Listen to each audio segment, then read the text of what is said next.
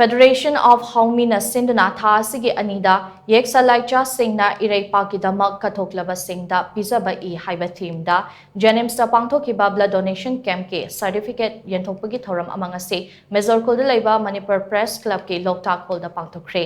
Thouram aduga mari leinana Federation of Haomee ge President Sapamcha Jadumani na hai Federation of Haomee ase Manipur da khundariba yeksalai laiba tongan ba furup kun manga gi oiba apunba lup amane Lamda masida mitop sing na landarakliba asida Haomee sing kanana bakul ngakliba irecha sing asok apan yaurakpada mateng oinabagidamak blood donation camp adu pangthokhibane.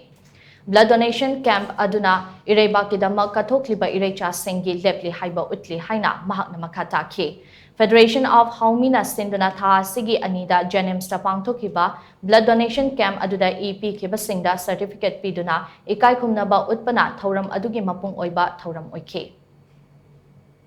Iram damsik kanai damunta Haomee iraucha kaya thawai katiwa sida asopan